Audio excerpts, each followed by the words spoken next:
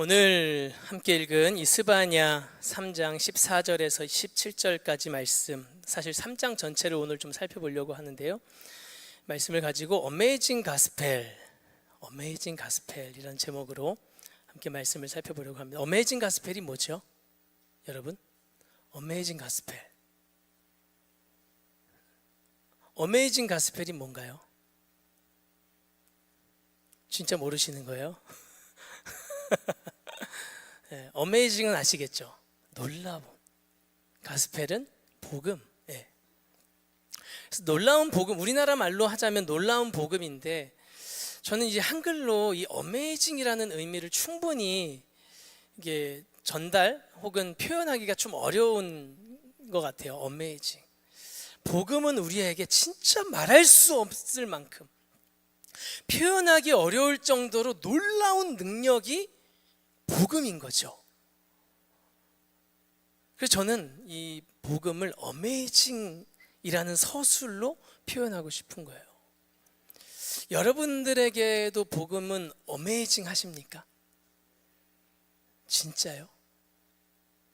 이 복음을 생각하면, 이 구원을 주신 예수님을 생각하면 막 가슴이 뛰고 사모함이 막 가득가득 차가지고 막 너무 이걸 견딜 수 없는, 그게 진짜 맞으세요?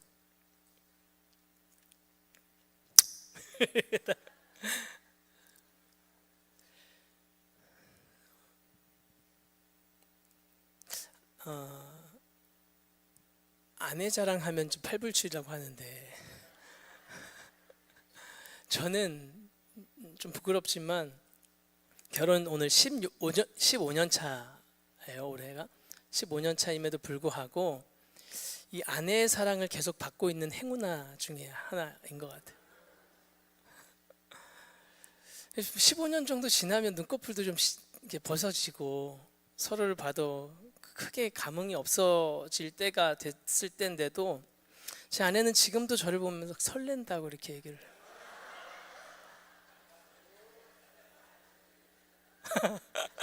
그래서 죄송합니다. 사실 저는 되게 무디고 그렇지 않을 것 같이 보이지만 되게 무감합니다. 표현도 잘 안 하고요. 제 아버지를 닮았나 봐요. 그래서 예전에 처음 연애할 때, 청년 때는 아내가 이제 피아노를 치고 있고 그러면 막 진짜 아름답게 치는구나. 피아니스트는 저런 거지 이렇게 하면서 막 이렇게 치면 그때는 그랬었는데, 지금은 사실 오늘도 오르간 치고 뭐 이렇게 했는데 끝나고 물어봐요. 오르간 오늘 뭐 이상하진 않았어? 이렇게 물어보면 전 기억이 안 나는 거예요. 오늘 오르간을 치긴 쳤나? 뭐 저는 여기서 뭐 개수하고 뭐 왔다 갔다 하고 이렇게 하다 보니까 별로 신경을 안 쓰거든요. 근데 제 아내는요, 제가 잠깐 여기 앞에 이렇게 제가 설교 아닌 날 이렇게 강대상을 그때 한번 이렇게 제가 끌어다가 놔줬거든요. 그랬더니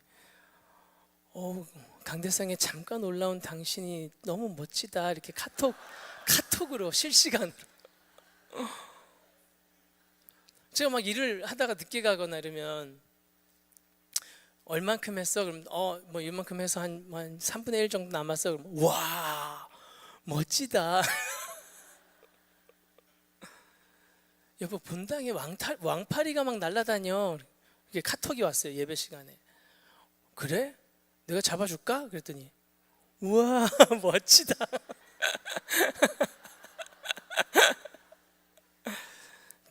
행운아가 맞죠? 맞나요? 네, 전 진짜 행운한 것 같아요. 아내만 아니고 세 딸도 죄송합니다. 그만하겠습니다. 집에 가면, 퇴근하고 집에 가면 막 싸워요. 자기들끼리. 자기가 먼저라고.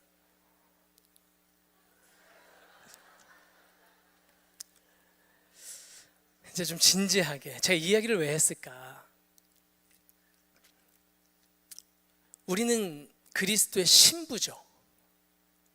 신랑이신 우리 예수님을 향해서 우리는, 신부인 우리는 그 신랑이신 예수님이 스스로 막 행운하라고 느낄 정도로 우리 그렇게 사랑을 하고 있는가? 그냥 봐도 팔이 하나만 잡아줘도 예수님 너무 멋지셔, 너무 사랑이 많으셔, 난 너무너무 사랑해 하는 그 사랑을 우리가 예수님께 진짜 하고 있는가를 좀 이야기하고 싶은 거예요. 어떠세요? 정말 그렇게 사랑하십니까? 예수님을. 예수님만 생각하면 막 눈에서 하트가 뿅뿅 나오고, 내가 막 이해할 수 없는 고난을 막 주셔도 오히려 하나님, 내가 이것을 통해서 하나님의 뜻을 더 발견할 수 있게 하신 너무 감사해요, 막 이런 믿음의 고백이 나오고, 그런 우리의 반응을 바라보면서 예수님이 우리를 향해서 나는 참 행운하구나, 난 너무 행복해 라고 이야기해주고 계시는가?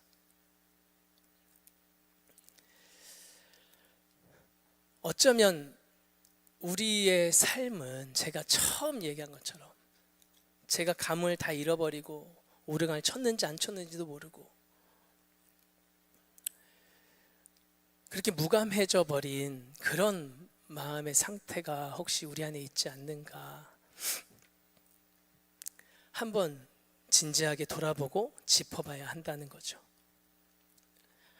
하나님은 우리를 향해서 뜨거운 사랑의 음성으로, 구원으로, 기도의 자리로 그렇게 우리를 부르고 계시는데, 17절 우리 읽으셨죠? 오늘 찬양도 했는데, 너의 하나님 여호와가 우리 가운데 있으면 잠잠히 기뻐하고 즐거워하고 사랑하시고 그런 하나님이신데, 우리는 그런 하나님을 향하여 어떤 마음을 가지고 있는가?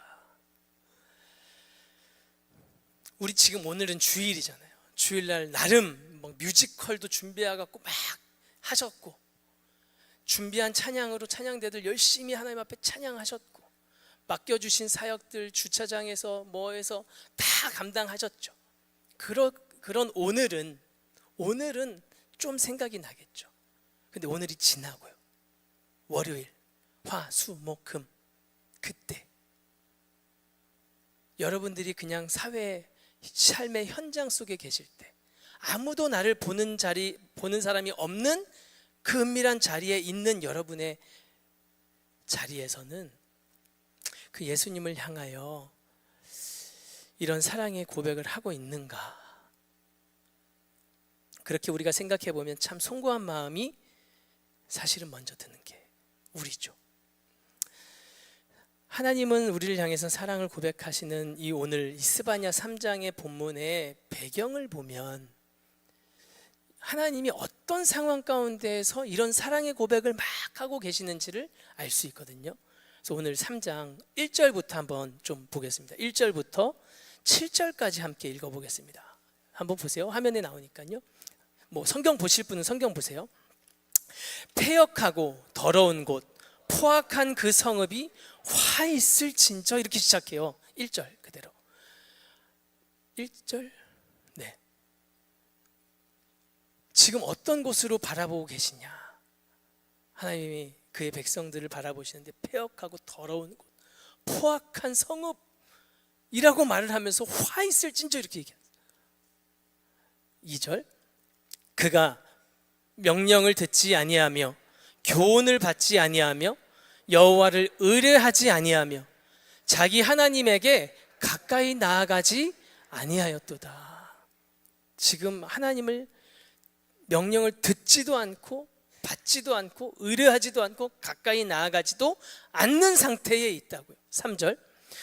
그 가운데 방백들은 부르짖는 사자요, 그의 재판장들은 이튿날까지 남겨둔 것이 없는 저녁 일이.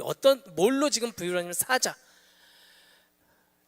내가 왕이라고 얘기하는 거죠. 내가 왕이라고 부르짖는 사람들의 모습으로 보여주고 있고, 이튿날까지 남겨두는 것 없이 다 삼켜버리는 저녁 이리에 비유해서 재판장으로 세운 그 사람들은 다 이러고 있다는 거예요. 4절. 그의 선지자들은 경솔하고 간사한 사람들이요, 그의 제사장들은 성소를 더럽히고 율법을 범하였도다. 얼마나 지금 종교 지도자들까지도 지금 저러고 있다 하는 거죠. 5절.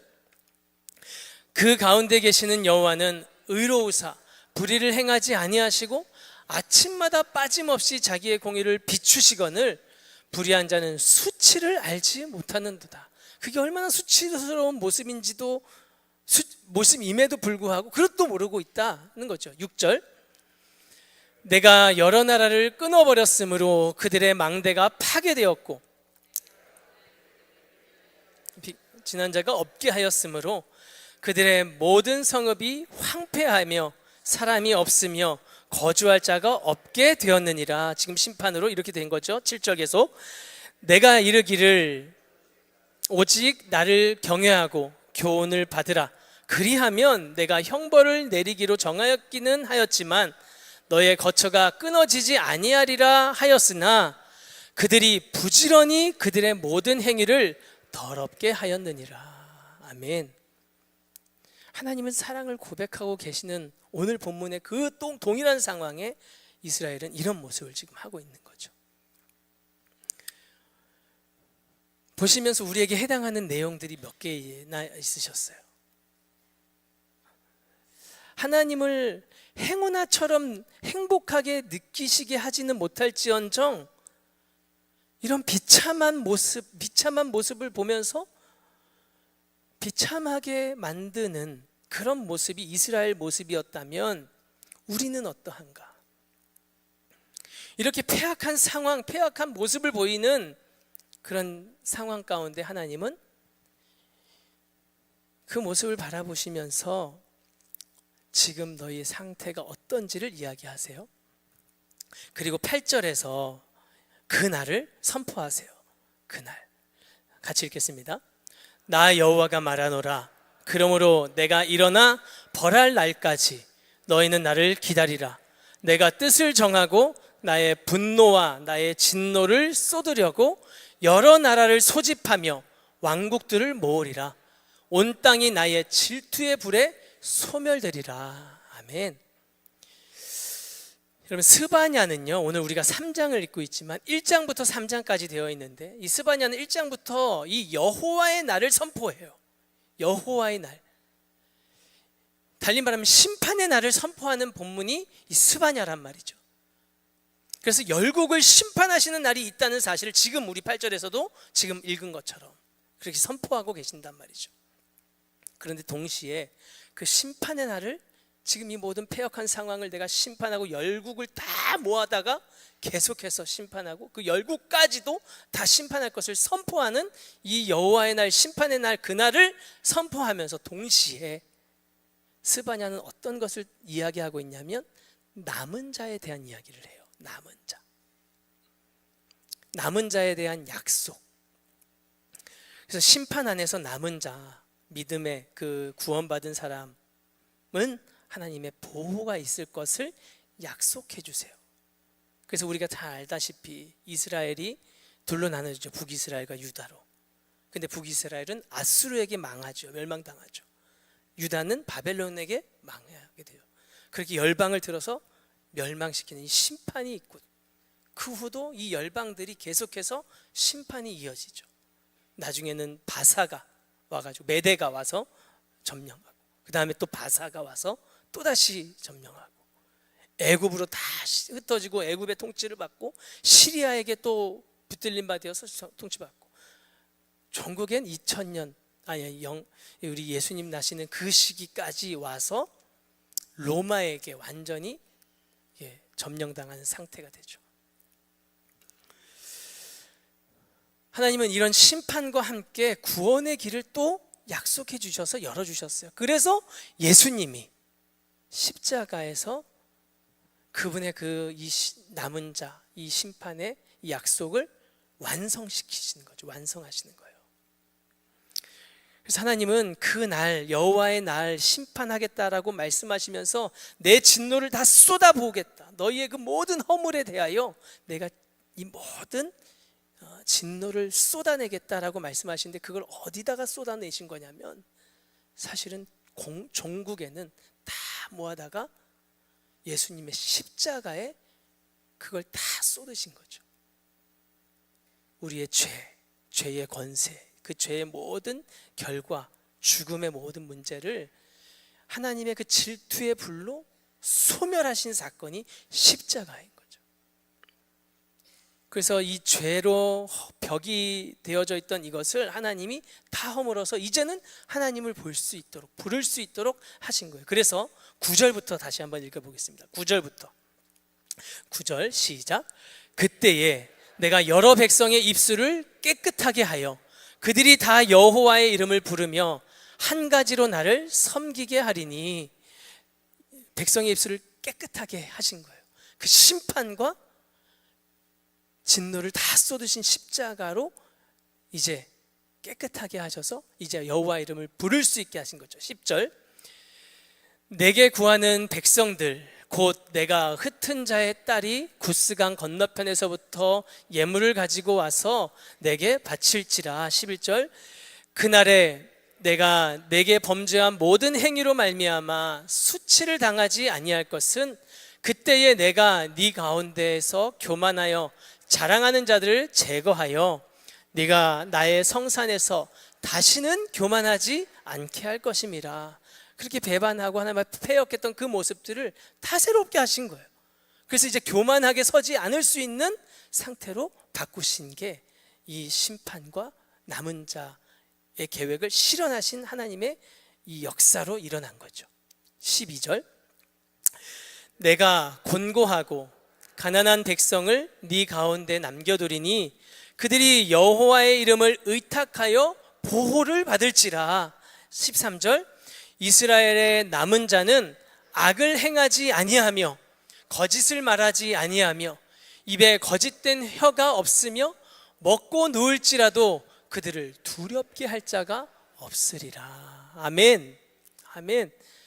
하나님께서 준비하신 그 여호와의 날과 남은 자의 그 역사가 이루어지고 나니까 이제는 더 이상 두려워할 것도 없고, 그 남은 자가 되어서 이제 거짓을 말하거나 거짓된 혀가 없고 두려워하지 않을 수 있는 상태가 되어진 거죠.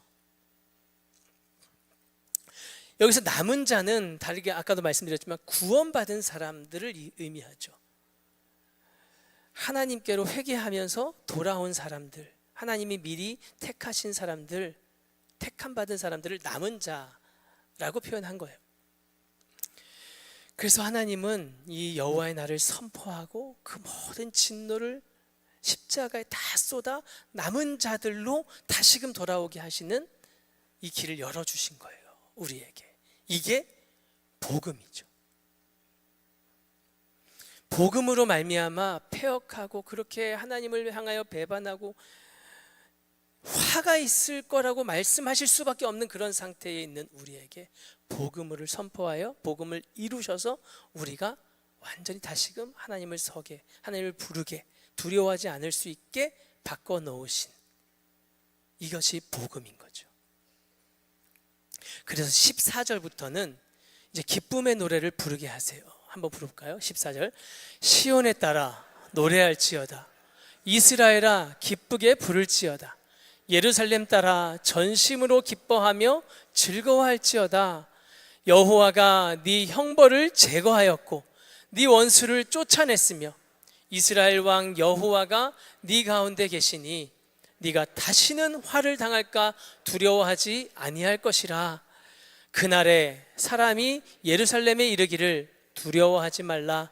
시온아 네 손을 늘어뜨리지 말라. 아멘. 스바냐에서 말씀하신 이 여호와의 날과 이 남은 자의 구원은 이 모든 일들을 다 이루기 위해서 계획하고 계셨고, 그 마음을 가지고 우리를 향하여 끊임없는 변함없는 사랑을 가지고 계신 그 하나님이 우리에게 베풀어 주신 복음인 거죠. 복음. 그래서 이 복음을 우리를 향하여서 선포하시고 이루시고, 그래서 이제 보게 하시고 누리게 하시고, 그래서 이제 하나님의 사랑의 고백을 우리로 하여금 듣게 하시는 거죠. 17절 우리 한번 다시 읽겠습니다. 17절. 우리 하나님이 우리를 향하여 원래부터 가지고 계신 본심 같이 읽겠습니다. 너의 하나님 여호와가 너의 가운데 계시니 그는 구원을 베푸실 젖는 자이시라. 그가 너로 말미암아 기쁨을 이기지 못하시며 너를 잠잠히 사랑하시며 너로 말미암아 즐거이 부르며 기뻐하시리라 하리라. 아멘. 아멘. 하나님이 준비하신 그 사랑의 심판 계획과 십자가로 당신의 그 사랑을 완성하시고 이 사랑이 처음부터 이런 사랑이었다는 사실을 우리에게 계속해서 고백해 주시는 거죠. 이렇게 하나님이 우리를 향하여 사랑을 고백하고 계시는 이 사랑에 우리가 이제 어떻게 반응해야 하는가? 우리도 이제는 그 하나님을 향해서 이 사랑을 우리에게 이루신 이 복음을 주신 하나님께 감사하고 사랑하는 마음으로 그렇게 반응하며 살아가는 존재가 된 것이 복음으로 사는 사람들이 사는 반응인 것이죠. 오늘 주일을 지나면서 우리로 이 놀라운 사랑, 이 놀라운 복음을 얻게 하시고 그 복음으로 살아가게 하신 그 하나님을 향하여 우리도 이제 사랑으로 반응하고, 그래서 우리 하나님도 우리가 고백하는 그 사랑을 통해서 내가 너무 행복해 라고 말할 수 있는, 대답해 주실 수 있는 그런 우리의 삶이 되시기를 예수님의 이름으로 축복합니다. 한 가지만 더 생각해 보겠는데, 그렇게 우리가 복음으로 이것을 누리게 되었어요. 하나님의 사랑을 누리게 되었어요. 그러면 이제는 그 사랑 안에서 우리는 구원받은 백성의 삶을 살게 되어지는 거죠. 더 나아가서 달리 말하면 이제 성화의 삶, 우리의 삶이 변화되고 하나님을 향해서 하나님을 기쁘시게 하는 삶으로 이제 변화되는 삶이 우리에게 있단 말이죠. 한편으로 생각하면 우리가 복음을 처음 구원을 주시고 우리 사랑을 누리게 하시는 데에는 이 복음을 온전히 붙잡고 복음을 알아요. 근데 이제 이 성화의 삶에 있어서는 이 복음에 대한 부분을 조금은 오해하는, 오용하는 경우들이 있더라는 거죠. 나를 이렇게 사랑하셨으니까, 제가 우리 아내가 저를 이렇게 사랑했어요. 그러면 사랑받은 자로서 저는 어떻게 해야 돼요?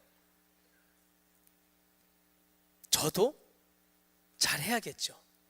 노력을 해야 될 것이고, 이전에는 화를 막 내고 버럭버럭 했던 것이면 그걸 좀 줄이고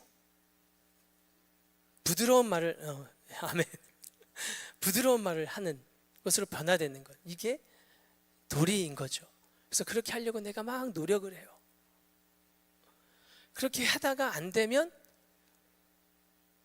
또 자포자기하게 되는 거죠. 하나님을 향해서도 마찬가지인 것 같아요. 하나님이 우리에게 그렇게 사랑을 주셨고 복음으로 살게 하셨는데 여러 가지로 열심히 노력을 해봐요. 우리의 본심은, 베드로가 내가 주를 사랑한다고 고백했을 때 또 거짓말은 했지만 그 본심이랑 똑같죠. 우리도 본심이죠. 근데 우리가 막 열심히 노력을 하고 힘을 써봐도 그게 잘 안 되더라는 거죠.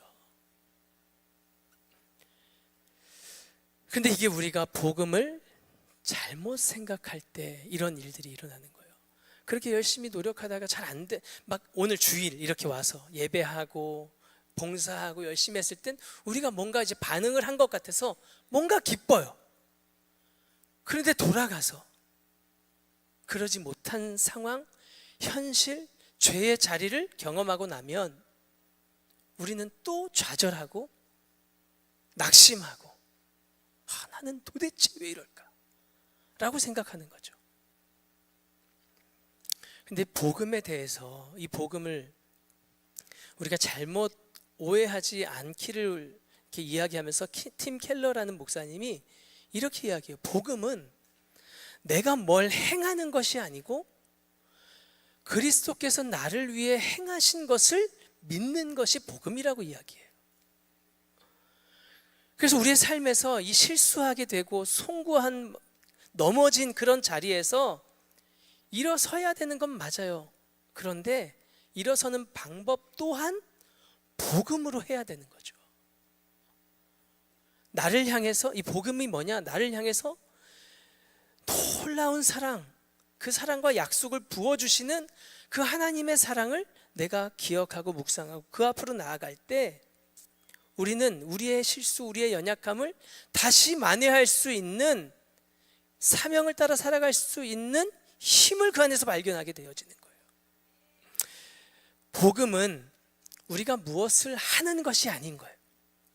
복음은 내가 할 수 없기 때문에, 내가 내 죄의 문제를 해결할 수 없기 때문에 그리스도께서 십자가에서 행하신 그 일을 믿는 것이 복음이죠. 그래서 복음 앞에 서면, 복음이신 그 예수님께 기도할 때 내가 하나님께 사랑받는 자녀라는 사실을 먼저 깨닫게 되어지는 거죠. 복음은 내가 아무것도 하지 않아도 사랑받는 존재라는 사실을, 그 확신을 가지는 거예요.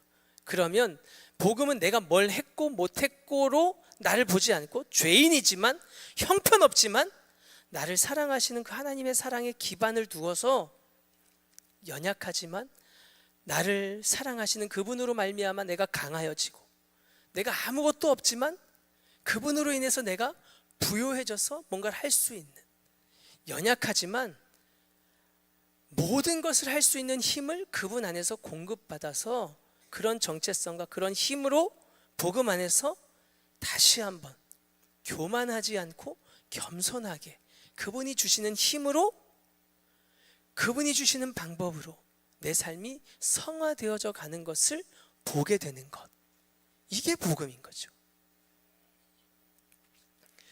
그래서 우리는 복음으로 구원을 받고 복음의 놀라운 사랑을 고백하는 삶을 살지만, 더 나아가 계속해서 그 복음으로 살아가는 삶이 얼마나 놀라운 능력이 이 안에 담겨져 있는지를 매일같이 경험하는 삶을 복음에서 발견하는 거죠.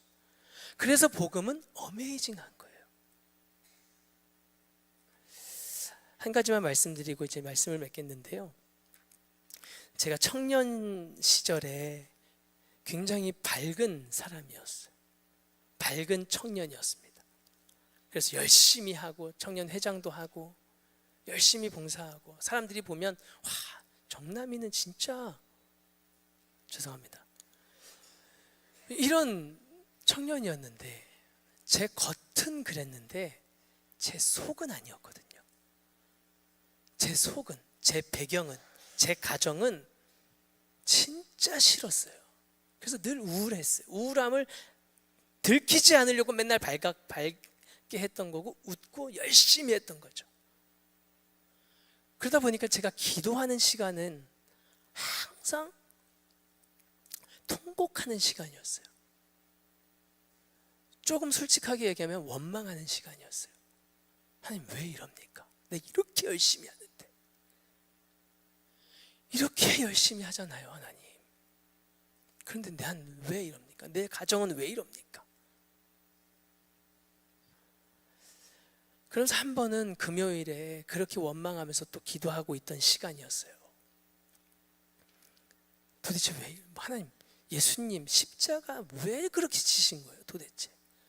왜 그렇게 미련하게 피 철철 흘려가면서 그 고통을 왜 당하신 거예요? 참 당돌하지만 제가 그렇게 원망하면서 하나님 앞에 따지고 있었어요.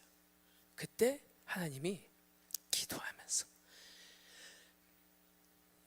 그 십자가를 지고 가시는 그 장면에서 저를 이렇게 쳐다보시는 거예요.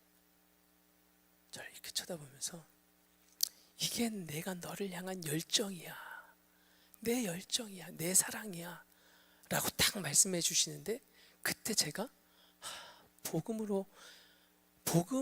붙잡는다는 것이 뭔지를 그때 처음 알게 된 것 같아요.